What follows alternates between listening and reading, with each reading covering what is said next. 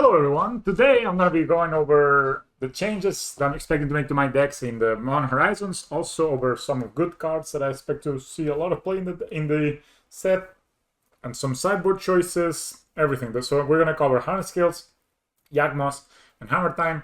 Then I'm going to show some cards I'm excited to brew around, and then finally I'm going to show updated versions of the three lists I 5-0 with last week.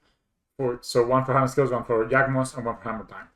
They're all going to be basically, they're going to be updated with the new cards, right? So I'm just going to show it to you. So if you have like a tournament you want to play or some games with your friends you want to play this weekend with the newer cards, you can do it already. So let's start. First of all, do not panic. So I know Modern Horizons is very powerful, and it's powerful in a weird way, as in, I don't think there's anything quite as broken as Yawg or Urza or even Yagmas in the deck. And people were like, oh, Yagmas not broken. Yagmas is incredibly broken. Just that, you know, the shell around it is more or less fair. But Yagmas itself, it's a one-card win the game almost. But Urza, you know, Yawg, those cards are really like incredibly powerful. And I have not seen cards exactly quite like those, but there have been some very strong cards. Mainly the free evoke cards, subtlety, and all those other attributes that I don't have. Very strong cards for sure. Yeah, excuse the PowerPoint by the way, but I think it's nice. Subtlety, it's basically free Aether Gods, a free Source of Pleasure, the free Thoughtseize, you know, all those cards are very, very strong, what can you say? But, you know, there are ways to combat this, and if it becomes so prevalent that it cannot be beaten, then I guess it will just ban Ephemerate. But I don't think that's going to be the case. Then, the card I'm more annoyed about is probably this Ravagan Nimble Appeal Filler. This card makes what I would call for more non-games or more games that are based around who's on the play on the draw. So if you have the play and you're playing Ravagan and you don't have a good blocker, so the floor of this card is trading for like a 5 push, which is a pretty good floor for a 1-drop. But if you don't have a blocker or a removal spell, this card will basically draw a card and ramp your opponent. So your aggressive deck is getting ramp now as it's hitting you, right? So they get to hit you, they ramp, and they have 3 mana now to use their stuff. Imagine also this in the mirror. God forbid you don't have a way to deal with this guy, because if he flips a bolt, he can actually bolt you. I think this card is incredible. It even has dash to flash. I mean, this was absolutely unnecessary to give it dash, but anyhow, it's one of the best cards in the set. We'll see a lot of it, but it has 1 toughness, you know, so Walking Ballista can ping lots of them. And then the other card I think a lot of people have been like, oh my god, what's going to happen to Modern, is a Doughty Voidwalker. I mean, honestly, this card is kind of ridiculously pushed, but what can you say? At least it's only a 3-2, right? So it's a 3-2 shadow, so I really love the art. Like, you can't really see it, but if you notice, it's like kind of, it's a shadow itself. 3-2 shadow for 2 black, that it cannot be, basically cannot be blocked unless you have a shadow, and I don't know who plays shadows. And then it's basically a ley line of the board. So your opponent going to put a card in the graveyard, it gets exiled. Instead, it's a one-sided effect too, so it's insane. And then on top of that, you can tap it and sacrifice it, and copy any card that your opponent has in exile with one of these void counters, and just play the card without paying its mana cost. So you can get a land with this. You can get, it doesn't say non-land, so you can get a land with this. You can get a Primeval Titan. You can get an Emrakul. You cast it, right? So you get the whatever Emrakul trigger or whatever. Let's see how often that happens. People are brewing around, you know, playing Thoughtses, playing these, and then you know, just copying something crazy. I think the importance of the card is that there is a 2 mana unblockable ley line of the void with upside. I think that is just, you know, extremely push. And you can see the reality with all these cards is they're all push, you know, like this is a good card at rate. 4 mana for a flash flying 3/3 that puts a creature or planeswalker on top of the opponent's library. Very strong card. And on top of that, you can evoke it, so you can play it for free, right? So all these cards have the same theme. That's Modern Horizons. I know what we were expecting. But anyway, let's go into the new cards for skills in the other deck. So first, the tier explanation. There's 3 tiers. I've divided the cards in 3 tiers. First tier is Dishwasher tier. That means that the card will absolutely see play in the archetype. That it will be a clear upgrade. Basically, Ravager level of upgrade. You know, like we all were hoping for the second Ravager. We didn't get there, but we got all the goodies. That is what I'm talking about. The card that you probably will not leave home with less than 4, and sometimes 3, but it's still like a massive upgrade to the deck. Tier 1 is a good upgrade. Maybe it will be a card that will see sideboard play, depending on how the meta shakes up. Maybe the card will be better in practice than it looks. Maybe the card will be worse in practice than it looks, but it looks like a good card to have access to. And then we have the tier, which is the content-only cards, you know, the Showdown of the Skulls, Cleansing Wildfires, the PS Brawls kind of deals. I mean, it's just for, I mean, I'm guessing a lot of those cards will be fun to try, but it will not end up being better than the other options that we have. So let's go. Hardened skills. You got two. Oh my god, I just realized. You can't see me. Let's see the cards. Yeah, I'm gonna go here. There you go. Life updated. Hardened skills, you got two insane upgrades. First one, full is Savas, the Glimmer Wasp. This card is basically a worker, 1 mana, modular 1 card. Then on top of that, it gives you a pseudo Hardened skills effect for when you have modular, right? So if a modular will trigger into and put a counter into a creature you control, it doesn't trigger once, it triggers twice, which is really, really hot. So it's basically a pseudo Hardened skills. It then has 2 activated abilities. One is red, you can destroy an artifact you control, and white, you get flying. This card does a lot for 1 mana, and a lot of people are like, oh my god, it's legendary. Yeah, but if you realize how this is worth it, if you have one Zavas and you play the second Zavas, you get to put 2 counters on the original Zavas. So basically, you turn one mana into 2 counters, which is an insane rate. It's like the best rate in scales. Like, it is borderline broken, like to have 1 mana, 2 counters. No spell gives you 1 mana for 2 counters. But on top of that, just imagine you have Zavas, skills, and also that doesn't seem so hard to get. You play Zavas, and you have 2 counters on the empty battlefield, right? You put 2, 3, 4 counters on the secondary Zavas, the Zavas Leaf, and you put 2 counters on the Ossos, which will mean 3 more counters to Zavas. So for 1 mana, you get 7 counters with Ossos and skills and Zavas, which is, I know it's a great skill scenario, but you know, this is what the deck does, right? It gets Ossos online, it gets skills online, right? So eventually you will have more than 1 Zavas, and 1 mana puts 7 counters is a huge turn. Imagine 1 mana puts 7 counters on a ballista. Insane. Anyway, and how are we gonna get those Zavas into play? Well, we're gonna use Urza's Saga. Urza's Saga is one of the best cards of the set, and I think we are one of the best decks to use it in Hardened skills. Okay, quick reach through. You can tap it for mana. You can pay 2 mana and tap it to make a construct on chapter 2, a construct, so it gets +1/+1 for each for the artifact you control. And at chapter 3, you can tutor a card that has converted mana cost 0 or 1. It needs to be an artifact, converted mana cost 0 or 1, such as, you know, Welding Jar, Pithing Needle, the Oslis, Animation Module, Worker, Zavas, Witch's Oven, Gravity Escape, Relic of Progenitors, all those cards that we're already playing. Those cards you can tutor directly to the battlefield. There's no time to respond, so you can put a Pithing Needle on the battlefield, and then your opponent's fast ones, give them, you know, the all-kick W, everything. It's perfect. This card is just insane. This card has also so much utility in the deck. You can proliferate it, right, to instant speed tutor something with Throne of Geth. So you can proliferate it to instant speed get a Pithing Needle if your opponent plays like a Tibalt, for example. You can, we'll show you later, but with Power Conduit, you can remove a counter from this to keep it alive and keep tutoring every turn. You know, Power Conduit also can put counters onto things. And you know, the ability to have a land that can produce 2 construct, right? Because on the turn, when the chapter 3 comes on the stack, that happens in your first main phase. And you can tap the Urza Saga either for mana, or you can tap that for making a construct before you sacrifice it. So you can make 2 constructs with 1 saga, you can have 3 mana with 1 saga, which is a pretty good deal, and then you get a card on top. This is pseudo ramp sort of business here. This actually can look for Springleaf Drum and effectively give you 4 mana on turn 3, which is the kind of sweet spot for scales. So this is really one of the best cards for scales. I don't know how they printed this. This is insane. I love this card. I love this art. I love this sketch art. I know not everybody loves it, but anyway. So this card's clear upgrades. We'll see a lot of play. At least 3 or 4 of these, and for sure 4 of these. I think the only weakness of this card is that it dies to enchantment removal. So you gotta be careful with that. And it automatically dies to Blood Moon because it's still a saga that has a 0 chapter and then just dies, right? So just basically, I mean, it's a bit complicated, but just dies. If a Blood Moon dodges the battlefield, Urza just goes like to sleep again. But it's okay. It's okay. That's, you know, that's why you play a lot of Forest.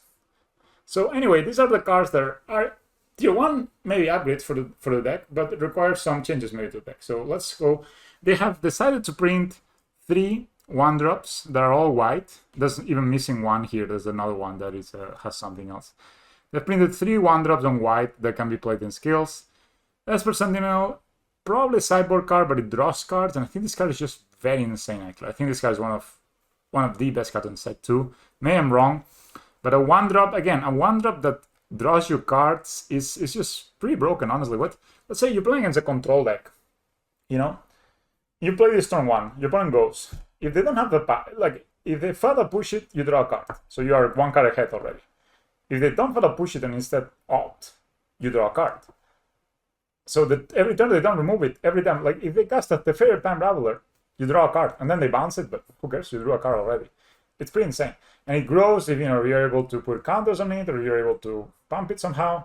It grows and it makes your opponent even more sad. I love this card. I will be brewing with this. Maze Skills is not the perfect place for it, but you can definitely put it on the sideboard, I think, for some control matches, and I think I will try that when I'm trying green-white. Then there's 2 basically workers, slightly worse because they cannot be found with Urza Saga. A lot of people say, oh, they're better because they have lifelink. No, they're worse because you can't find it with Urza Saga. That's very important because Urza Saga is the top, and, you know, from there we go down. But they have some utility. Alma Mouser is a very cool card, very good looking. It has lifelink, so like if you guys played Affinity of Vault, sometimes the plan with Affinity was just to sack your board to a Bolt Scourge and attack your opponent for 10 and get 10 life every turn. It doesn't matter if it blocks, you just keep bringing life 10 times every turn, and that's you get out of reach of your opponent's aggressive cards. That is one option. And it also has Modular. And the other card that has Modular 1 is actually a 0-1 with Modular 1. So you can, it's actually a 1-2 for 1 mana. Which is very important in this metagame with Lava Dart. Lava Dart is still is not being unprinted, and your prowess is not any worse. So having a 1-drop that can survive a Lava Dart, and it can even block a turn 1 Sweet Spear for 1 mana, I'm talking, man. I'm talking. On top of that, you can block this, and it says remove X counters from this. It deals X damage to target attacking or blocking creature. So, I mean, you can tap this to kill things if you have a lot of counters on it. It's maybe not the greatest utility, but just having a 1-2 for 1 mana is really insane.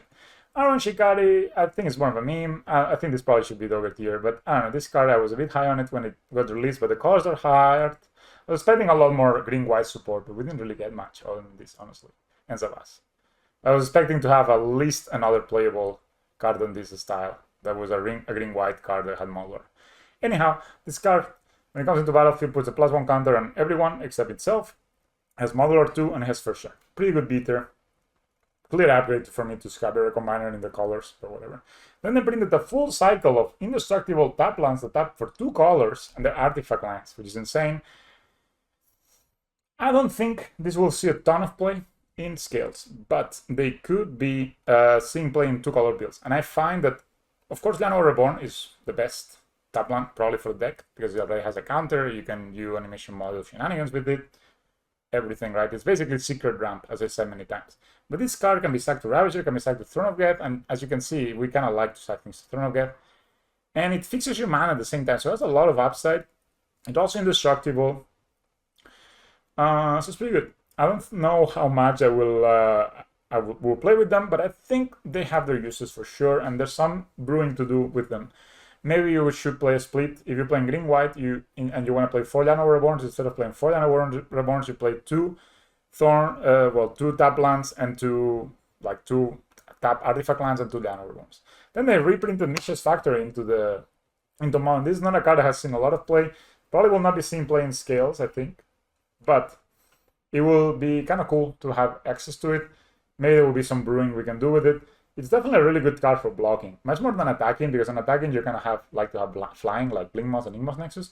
But for blocking, having a 3/3 for 2 mana can block a lot of creatures. So I'm pretty excited with this. And finally, the uncommon cycle of this card is I think it's called Mere Deposit or something like this. But this card basically what it does, it's a tap land as well, an artifact land as well, and it has Modular 1. So it's a card land that has Modular. So you stack it to Ravager, you don't get 1 counter, you get 2 counters. Pretty hot. With Scales, of course, you get 4. So, and you can also store counters here, right? Because since it has Modular, no, actually you can't store it because it's the Modular says to a creature. But anyhow, you can also tap it to add 1 mana of any color, and you can only use the mana to cast artifacts. So this is almost great, and then you realize you cannot cast Scales with these orange strings. So it requires, if you're playing this card, it means that you're playing a lot of these dudes, right? So I think this card goes well with these guys, and it doesn't go so well with the traditional mono green list, even though the upset is quite clear. Then some meme stuff they printed. They play more Skeleton, which is a poor man's Ballista. They printed a pretty bad Ravager. at 4 mana, which is really bad. Then they played their Whelp, as the name indicates, is also probably Mehmet here. But this interesting card is the Goblin Boar Mandarin. Is a sack outlet for 2 mana that you can use to deal damage. And you can, for example, sacrifice a Hangavag Walker and I don't know, that has 10 counters on it, and then sacrifice each top tier just to deal your opponent. Basically turning a Hangavag Walker into a ballista of sorts. But these are for skills. I mean, there are other cards we could try, but honestly, I mean, I will make videos about them, and we will laugh with them, and I will 5-0 maybe with some brew that will never draw it, and will be like KW. But I think these are the powerful cards, right? These are the big deals, let's say. The rest, you can try to fit in, you can play around with it, but these are the big deals, and this is where you should be focusing if you want to improve the current list of skills. Next, we'll have plugin Yagmas. They also got 2 clear upgrades. One of them is in Noble Hierarch, basically a Noble Hierarch that taps for jump colors, and also very cool looking. This card basically just changes the way you build the deck, because until now, not the build that you build your mana base, because you can get away with 1 less land, because until now you were playing Gilded Goose for fixing mana, which is not really a mana dork. Noble Hierarch doesn't tap for black, so that made you play 1 extra land there, because you needed it, right? And then you had 4 Birds of Paradise, which tap for mana, but they didn't do anything else. But this card basically taps for the colors you need in black and green. And on top of that, it gives you Exalted triggers. And you have 4 of these, so you can get a ton of Exalted triggers. The Yagmas deck is a deck that attacks a lot, wins a lot of matches by attacking, a lot more than people think. So having access to a ton of Exalted is great. So basically, we're going to be playing something like 4 Noble Hierarchs and 2 Birds of Paradise as our, dorks. So you can always go turn 1 dork, turn 2 Get Off Messenger. This is hands down the best start of the deck, and now it's even better with no hierarchy. Then on top of that, we got one of the most interesting cards in the set, Grease the Hunger Tide. Does win in different arts, but it's a 3 mana planeswalker that is basically a 1/1 insect anywhere except the battlefield. So when it's in the battlefield, it's a planeswalker, but when you have it in your deck, it's an insect. You can tutor for it with Core Calling, Eldritch Evolution. You can gain some Zenities if you're playing Legacy. You can get it into play in a multitude of ways, like a creature, but being a planeswalker. So that's pretty cool. And the main usage of this is that it's -2, allows you to sacrifice a creature to destroy a creature or planeswalker your opponent controls, or creature or planeswalker in general. So this is basically a way to sacrifice your Graph Messenger. Oh, sorry. No, fuck. And to sacrifice your Graph Messenger and to destroy your opponent's planeswalkers, creatures, whatever.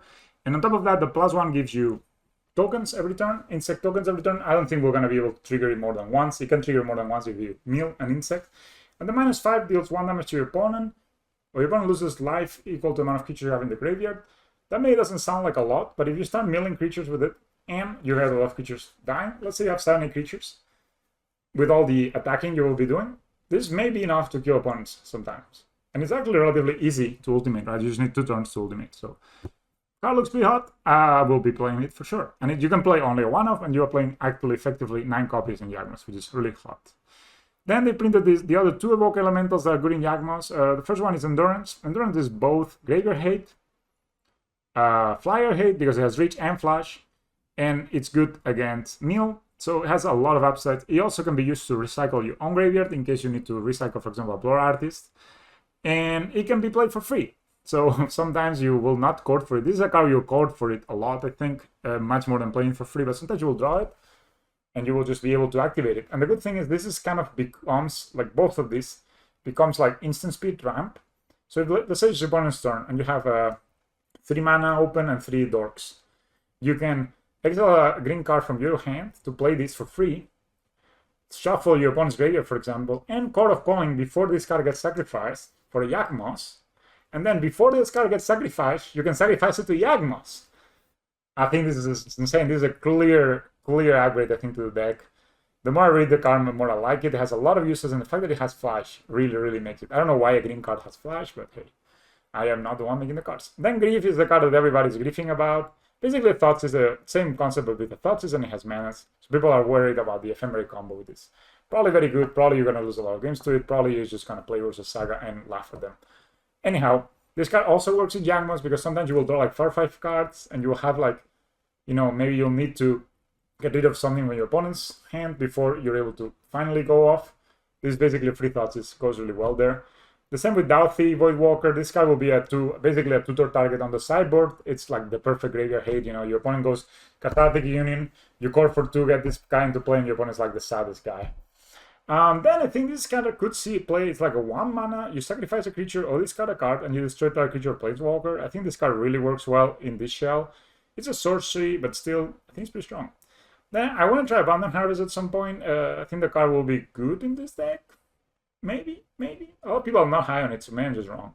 And then they printed this basically an Urborg for green. I'm not too high on it. A lot of people are, because that means that you don't have to pop your fetch lands, so you can just tap them for mana and then use them later to get Dryad Arbor.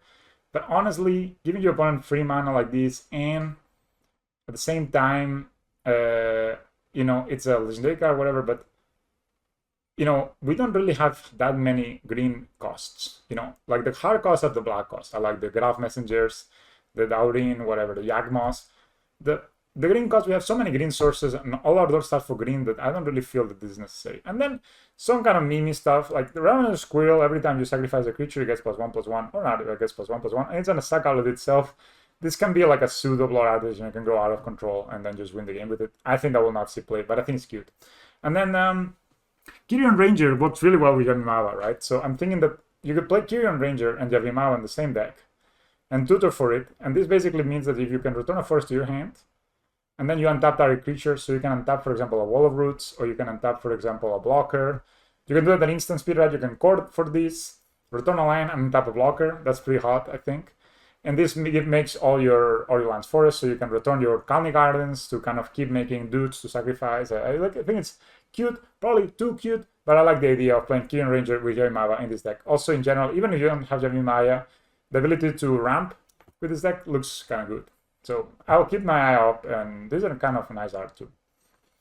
Finally, Hammer Time. 3 main upgrades, I think. One of them is Urza Saga. I'll not talk much about it, but I mean, this deck has so many insane good 0 and 1 mana artifacts that this is just perfect.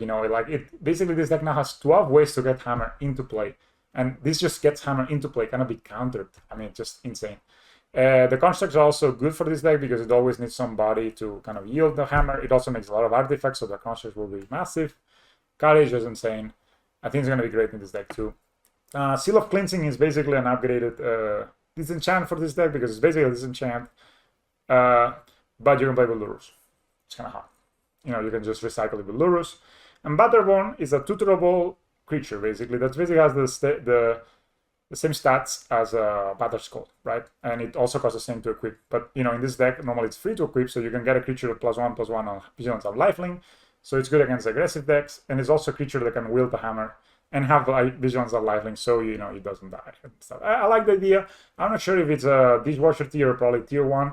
But I think one of this card makes a lot of sense. Just turning like your Stormforge Mystics and your Hammers, sorry, your Steel Shepherd Gifts into a creature sounds very exciting to me. Then there are other things to the deck. Esper Sentinel, as I said, I think the card can be good in certain situations, and this deck is mono white, so I think this card will be seeing play maybe. Then Sanctifier Beck. This is basically graveyard hit against red and black, and has protection from red and black. This card is really hard to deal with. It's kind of a Nordic champion that is also graveyard hit. I don't know how Dredge really deals with this other than Blast Zone. Then, if this deck decides to change up a lot and cut Lurus for some reason, you could be playing Solitude, which is basically the Source to Plowshares for free, and also a good card on its own, and also has Flash, of course, and Lifelink, of course. And then, or you could be playing Caldera Complete, which is basically an insane upgrade to Batterskull. It has like Indestructible, Exile, First Strike, Trample, Haste. And it's it's awesome. It's a 5/5. This card is great, and you can put it into play with Stoneforge Mystic, or this deck makes a lot of mana, so sometimes you can just have 7 mana and just cast it. And then Mishra's Factory maybe sees play, but I don't really think so. Okay, let's go to the other cards I'm excited about. Imperial Recruiter, really gonna be cool in a lot of decks. I wouldn't try some giant sacrifice nonsense, but this is gonna see a ton of play, which is really tutors for a ton of things. It's like every time you think of a creature, it's like, oh, yeah, you can get it with Imperial Tutor. That's awesome. Like you can get, for example, what's it called? Shallowization. Really cool card, has Cascade. This will not be used fairly. People will cast this into making rhinos, basically. That's I think the main usage. But they will see a lot of that.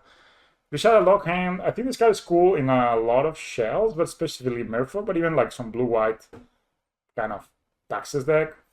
This card I think is insane. I think people are not reacting enough. This card does not die to monocolor magic like spells. So it doesn't die to Fatal Push, Path, Bolt, Lava Dart, all that stuff. Doesn't kill it. It dies to turn 6. But anytime you cast a multicolor spell, you make a 4/4 golem. Like, what? I think this guy's insane. It's just, if you cast 2 multicolor spells, you basically won the game, right? This is one of the biggest upgrades they got in the control decks. It's called Dam. And you basically play 2 black to destroy a creature or planeswalker. No, sorry, to destroy a creature. Or you can overload it for basically a Wrath of God, right? So it's a Wrath of God that is also removal for 2 mana. Really cool. I think this is kind of hard to cast on turn 2 for a lot of decks, but for a lot of Esper decks mainly, but this is still very strong. Then we have Obsidian, Charmo. This guy is really like the best Tron hate ever because it costs 1 less to cast for each line your opponent controls with the good produce colorless, and then it flies, and then when it enters the battlefield, it destroys target non-basic line an opponent controls. So basically, you can cast this easily on turn 2 or turn 3 against the Tron opponent, and it basically destroys the land, and you have a 4/4 like Peter. I think this guy's going to be great. I don't know if Ponza needs it to beat Tron, but any red deck that's really looking to beat Tron, I think this is one of the better upgrades for it. Ravagan I talked about already. Thrust, I think this card will see a lot of play. I mean, honestly, this is the Hogak level card, maybe. Maybe not as bad, but I see this card being played turn 2 fairly often. With Kirin Ranger, with Elves, with Manamorphos in the format. This card just... because it says a spells. If it said non-creature spells, it would be fine. But it says a spell, so when you cast 4 spells, it costs 2 mana. And I don't think that's that hard to do in Modern. He has Trample over Planeswalkers, he has Trample, he has Haste, and it is hexproof the turn it into the battlefield. So he will connect for 7 for sure. Really strong card. Suspend is like the best blue removal, or like any removal. Basically just puts a card in exile for 2 turns and it returns, but this card of course combos with the Fairy Time Raveler, because then you cannot cast a spell anymore. Dragon's Channel is also like one of the most what the fuck cards in the deck, in the set. Every time you cast a non-creature spell, you surveil one, so it's basically a better scry that has a graveyard synergies with like Croxa, Lavadar, all of that. And then on top of that, if you have the Livium, which is 4 card types in your graveyard, you get +2/+2 flying and needs to attack every turn if you're able. But it's a 3/3 for 1 mana that flies, and it gives you a scry every time you cast it. So it's like almost a bear Delver of Secrets. So this card's really good. I think you'll need Relics of Progenitus to do with this card. And then Sign of Dragon, really excited to play with. I played with Draco, the original, back in the day when I was starting to play Magic. And basically this card costs 2 less to cast for each land type on the basic land type you have. So you have a Triumph, it costs 6 less to cast, yes. So that means you can cast this on turn 2 with a Triumph and a Shock Land. And I really like the combination with this card and Grand Architect, because if you control a blue creature, that blue creature has hexproof, and Grand Architect can pay blue to make any artifact a hexproof creature in this case, and give it +1/+1 and make it blue, which is really hot. I'm looking forward to brewing with this, and I think a lot of people are sleeping on this card. I think this card is just insane.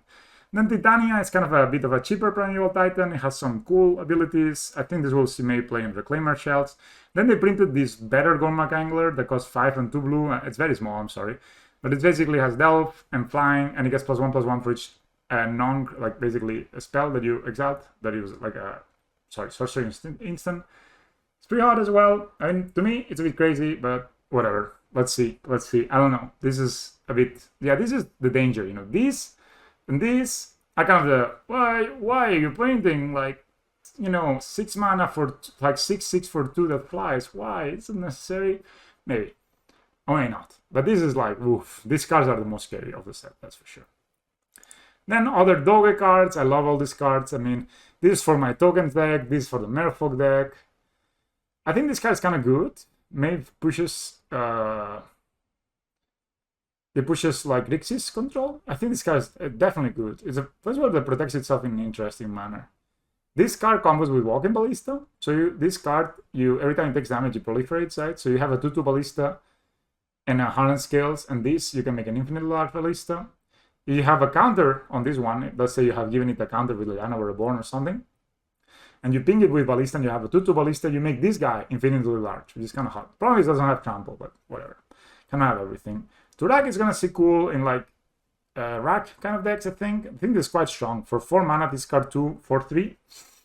Pretty strong. And also you have a 2/1, and it's a splash for white, so no path, there's on one thing. This card, I think, is going to be strong. Thought Monitor is basically a thought cast, but with a creature stable to it, but it also costs 2 more. I was really excited for the card until I realized it's kind of hard, man, to cast this for like a reasonable price. And a reasonable price for me would be 3 mana, right? It's kind of hard, but we'll try it. Same with the Thurstone Sphinx, same kind of concept, but it has Affinity for Affiliates, Flying, and Cascade. The problem is that you will probably just cascade into some 0/0, right? So it's kind of bad. Yeah, Vindicate is gonna be in this set. Also, Dress Down. This makes all abilities be lost during the turn, and it does a card, so it's good with lures. Mouse of the Reach. I know why I put it here, but it looks kind of good. I don't know, if you cannot remove it, this guy is actually a pain to deal with, because anytime a creature that you control dies, it will make a black. Sorry, like opponent controls dies, will make a 2/2 black zombie. So I mean that this card kind of makes it so you really need to deal with this first before you deal with the rest stuff.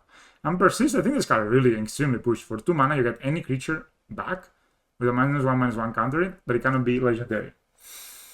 Interesting. Basically Persist the mechanic on a spell. And then Great Supporter cards. Student Edict is a really good way of dealing with a creature that was going to be, for example, neoformed into. No, you can't really do this. I don't know. I think this card is just good. This is one of the best anti-Planeswalker hits ever. Deals 5 damage to each Planeswalker at the beginning of each end step. And you can also cycle it. I think this card is great. If Planeswalkers have an issue, counter creator is an issue, you just play red-green scales. You put it on your sideboard, you play it, and that's it. Like, no more Planeswalkers, because 5 damage to each Planeswalker every turn is just really, really good. And also can be cycled if you don't need it. This card is really good. It's like an all-catch-all removal. Vindicate again, I don't know why I put it here. This card will be fighting a lot against, because it has basically says activate abilities of creatures can be activated, but there's a lot of cards like this already. Limbala, Damping Matrix. So maybe this card will be in the sideboard of some counter creator decks, but that means that they also cannot activate Walking Ballista, so I don't know. Void Mirror is pretty good Etron hate and free spell hate, but other than that, this card is not as hot as people think.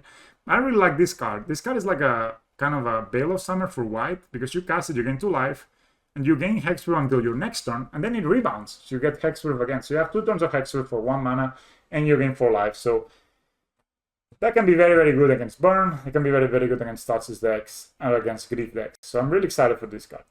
This is, guys, the intro to this, and we're gonna go now to the deck list. Thanks for watching, and see you there. Alright, let's first have a look at the deck list that I basically have been updating. First, I just would like you to have a look at this beauty. Yes, 3 5-0s with 3 different decks on the same 3 days on a 1 deck list dump. I don't know if I've ever seen somebody do this. If you have seen it, comment down below, but I think that's pretty cool. 3 different decks, 5-0, 5-0, 5-0. Awesome. Anyway, so this is the plugin. Yeah, I guess let's start with scales. So scales, what are we changing here, right? But we were talking about, we have the walkers, we have the ballistas, we have the workers, ravagers, we have Zabas. Maybe we could be playing 4. Honestly, the more I think about it, I think it's worth it to play 4. Just because the 1 mana add 2 counters, you have 2 of them, which is pretty hot. We're playing only 3 Autolies and 1 animation module. The reason for the 1 animation module is that you can fetch it with Saga, so you're actually playing 5 copies. And it's not too good to draw it in multiple, so this is just kind of like free. 3 Wilding Jars, I'm not super sure about this. You could be playing 2, for example, but the card I'm really excited to try is this card, Power Conduit.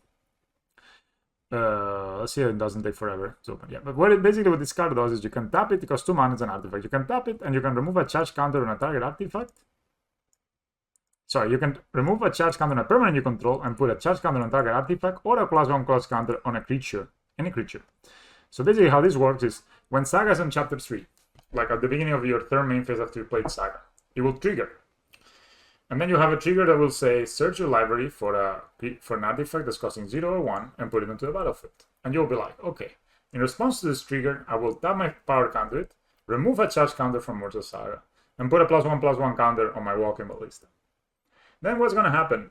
Well, Order Saga trigger is going to resolve, and it will have 2 counters at the end of it because it will put an extra counter when it resolves. So you will still have the Saga, you will fetch for the artifact, and you'll put a +1/+1 counter. And that means that the Saga will actually never leave the battlefield, because every turn you can tap your conduit, remove the counter, and put a counter somewhere else. It also can be used to, for example, add counters to to Ether Vials, or even remove or add counters to Chalices of the Void. But the main use is with Urza Saga. So that means that if you have an Urza Saga and a Power Conduit, you can basically keep making constructs every single turn and adding counters to them every single turn. And there's very few decks, I think, in Modern that can fight against like 6 constructs that are all like 7/7 plus all the other stuff that you have, you know. On top of that, this keeps tapping for mana, and it keeps fetching you an artifact every single turn. You know, every single turn you will fetch a worker as a bas, you'll fetch an animation module, a welding jar, an Ozulis. Honestly, there's so many targets in the deck that you'll never run out. You know, like you will be like 12 turns until you run out. So it's really, really hot. Well, a few things I would change to this deck, because I made it a few days ago and I've been thinking about other things I could add, is I'll probably add another forest. Sorry, I'll probably cut 4 forests and put a Prey Blanchulov pathways, which is the green-white pathway. The reason for this is that this way you can activate more easily Zavas. Zavas has a white ability that allows him to fly, and I think that's pretty cool. So you can, you know, just turn it into a win condition. And it's basically free to play pathways, right? But you need to be careful with Bloodborne. So what I would do is cut 1 Llanowar Reborn and add 1 forest. So I would play, I have 9 forests here. In total, I would play 6 forests, 4 pathways, and 3 Llanowar Reborns. I think I saw somebody, I think it was Bullen posting that list, and I think I really agree with it. And then the sideboard, you know, we don't really know what's going to be happening. So I have a bit of split of everything. I do believe Torpor Orb is going to be very important because people are going to be really high on the Evoke cards. So people will play a lot of those. You play Torpor Orb, those cards are freaking sad. They're freaking sad. You know, Evoke is not an enter the battlefield, it's a cost. So you basically, you will stop all the triggers, it's going to be great. Yeah, Skyclave Apparitions, everything. I think the card is very good anyway. And, you know, in a meta where you can expect a lot of people playing enter the battlefield effects is just even better. Bad against Kroxa, though. Be careful with that. Alright, then the next deck I will be trying to update will be bagging Yagmas. Basically, pretty simple changes, actually. We are changing the 4 Birds of Paradise. We're changing them for 4 Ignoble Hierarchs. And we are changing 1 Gilded Goose and 1... and the one of, what's it called? Noble Hierarch for 2 Birds of Paradise. So now we actually have better mana. And on top of that, we're playing a lower curve because I'm not playing Cavalier of the Night. I don't think the card is very good. I think Cavalier is good. So the matches where Cavalier is good, you don't have to get it. You don't have time to get it out. I think that's my experience living with the card. Some other people are really high on the card. But I do feel it feels really great when you win with Cavalier. But I think at that point you probably would have won anyway because you have been able to court for 5 or sacrifice a get-off messenger with an Eldritch Evolution versus an aggressive deck. Yeah, that doesn't happen very often in my experience. What is much better is to have, for example, a Rankle, which is only costing 4 mana, and you can actually discard your opponent's card, so you can, you know, beat them, like basically make sure that you don't die to bolts, having an Essence Warden, or having the new Grist. Grist is only 3 mana, destroy creature, destroy artifact. Sorry, destroy creature, destroy opponent's. It's really, really strong. I really love this card, I really love this art. And basically the curve is lower and we have better mana. So that means we can cut a land from what we normally play. I used to play 2 Nurturing Peatlands. I don't know where they are, hidden somewhere. Here. And I used to play 2 of them and I'm playing only 1 of them. Of course, I think that's the line I would like to cut because it's the kind of line you play for flooding purposes. You will see the same with my mono green lists. And normally when I think I'm gonna flood, like if I'm between 23 and 24 lines, the 24th one is going to be Nurturing Peatland. So if I draw it, I can cycle it, right? Same here, if I'm going to cut a land, I'm not going to cut a Twilight Mire, which makes my mana actually worse. I'm going to cut a Nurturing Peatland, which is the one that I normally take damage to, which I don't like. And it's the card I will normally not have less opportunities to cycle once I'm playing less lands anyway, right? So the combination of having better mana allows me to play 1 less land, and the land I decide to cut is Nurturing Peatland. And I think having a smaller curve also fits the deck quite well because cording for 5 I think it's just very hard. And then on the sideboard with this deck I have a lot of updates. I'm still playing the free spells. Force of Vigor is fucked. It is broken. You should just play this. It's so good. You know, like you should just play this card. Like it's a 2/1 for 4 mana or a 2/2 for 0 mana. It's just insane.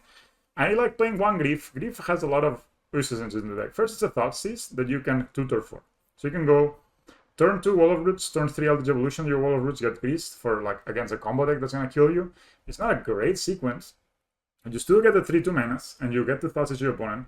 And if your opponent has, for example, you're playing against Tron, and you really need to take that Tron because you think it's gonna, you know, they mulligan to 4, and they're gonna have the Tron. You want to have some way to answer. It can also be played for free. You know, you draw it, you can play for free, and it can help you in these combo matchups, right? Where you don't, sometimes you need to decide whether you want to slow down your opponent or develop your game plan. You can develop your game plan while slowing down your opponent with Reef, which I think is really cool. The other new card I'm playing is Endurance. Endurance is like the most tutorable of the 5, and I think it's really cool to be able to tutor to block. It's a tutor of a graveyard hit for 3 mana, anti-mill hit for 3 mana, and on top of that, it's a great blocker, and it can reset your own library, so it does something similar to what Cavalier of the Night used to do, bringing something from the graveyard. This allows you to reset your library and, for example, search for Blood Artist again. Something like an Eldrazi used to. So this card is very flexible, has a lot of uses, and again, can be played for free, and it has Flash. So you can play it on your opponent's turn. So this card, I think it has so much upside and so much variety, and it's like a great one-off in a deck that basically is all green cards, and it has 8 tutors, right? And finally, the other card I'm playing is there's a Dauthi Voidwalker. A lot of people think this card is broken. I don't think it's as broken, but I think it's a great cyber card for this deck specifically. Again, against any graveyard deck, when they try to go off, you court for 2, you get this guy down, the graveyard fun is over. On top of that, it has upside that it cannot be blocked. I don't know how that relevant will be, but it's pretty cool, the fact that you can tap it and get something from your opponent, right? So you can even bring it against like a big mana deck, like a Tron or something like this. And like if, for example, you are able to discard or something, or like put some Planeswalker or something in exile for this, with this, then you could copy it. I mean, I don't think that will happen a lot. This will be mostly used for graveyard hate, and also against like Jaunt or any deck that's trying to, you know, Reanimator kind of decks. This card is very good because you can play it against the Reanimator, exile the card they're going to put in the graveyard, if they're going to discard it, for example, or something, and then you just get to cast. The thing is, this card doesn't affect the cards already in the graveyard, so for that you need Endurance. We're not playing Scanning Goose in this version, but you could play. You could play, for example, one Scanning Goose says a 1 replicate. And then finally, we're playing, I don't know what it is, Hammer Time. Hammer Time, I posted this deck list and people think they have too little white sources, but I don't think it's fine. We're playing 12 white sources plus 4 Urza Saga. And Urza Saga is secretly, actually no, we're playing 14 white sources plus 4 Urza Saga. And Urza Saga allows you to find a mantle on turn 3. So it can allow you to catch your Pierce Divine on turn 3, which is normally when you want to play it, I think anyway. Normally you don't want to play this guy on turn 2 and get it balled, but you would like to get some value off it. So in this deck, you could also be playing a Spinleaf Drum to offset the cost, but I do believe the Paradise Mantle just synergizes better with the deck, allows you to draw cards. And I mean, a lot of times I've been like Steel Shaper's Gifting for the Mantle, so I can only imagine that this is going to be great to just get the Mantle down. The first card you find with Urza is a Mantle, and the second card, for example, can start being a Hammer or something like that. I think the card is going to be great in this deck. The ability to make constructs is great, and I think having 4 is good. Also, the other upside, also I'm playing this 2 mana 1/1 creature. Pressure load is not too high on it, but I think it's kind of good to be able to fetch for it. Maybe it's not necessary when you already have the Urza Saga, but just having options. I really like having options in my decks. As you can see, I always like to build the decks with options in mind, and Urza Saga plus having option to find a creature with Stoneforge Mystic or Steel Shaper's Gift sounds pretty good. But also this could be just a Criminal Plating, maybe. And then the sideboard doesn't change much. I had Don't Think Nice because it can be played with Sigarda's 8 at instant speed, which I didn't know before, and this is very great. And I'm using C3 Seals of Cleansing instead of these enchants. I think this card is just better with Lurus. You could be playing Sanctifier and back if you spec a lot of graveyard, or if you spec a lot of dredge, and but you know, it's good to at least play one Tormod Script because you can fetch it with Saga. But then the Sanctifier you need to play maybe when there's a lot of black or red decks that are not necessarily dredge, but it's also a very good card against dredge. So you can just play it. So yeah, guys, these are the deck lists that I've been brewing. It's not really brewing, updating. I have a lot of brews in my mind, which I will also try. But I will start with these decks, try them through, and then I will go into my brews afterwards. I have some ideas. I think they're going to be pretty cool. Probably not going to win a lot, but they're going to be pretty fun. Anyway, thanks a lot for watching, guys. And if you like this kind of content, let me know down below. I'll see you in the next one. Bye.